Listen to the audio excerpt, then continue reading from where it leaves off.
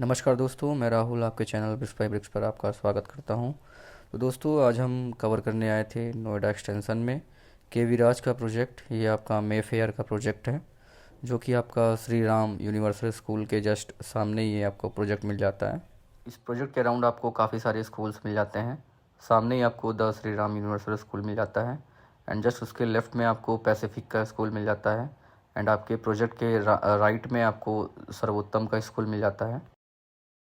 यहाँ पर आपको 2 BHK, 3 BHK एंड 4 BHK का ऑप्शन मिल जाता है। काफ़ी अच्छी कनेक्टिविटी है इस प्रोजेक्ट की यहाँ पर, इस लोकेशन पर इनकी। यहाँ से आप मैक्सिमम 1 किलोमीटर पे आपको पंचमुखी हनुमान मंदिर वो चक्कर मिल जाता है। वहाँ से आप फिर सीधे आप सेक्टर 137 के लिए भी जा सकते हैं ईजिली। बात करें यहाँ की प्राइस की, तो यहाँ पर आपको 8,000 रुपये पर स्क्वायर फीट से प्राइस स्टार्ट होता है, एंड 3 BHK 4 BHK के भी ऑप्शन मिल जाते हैं आपको।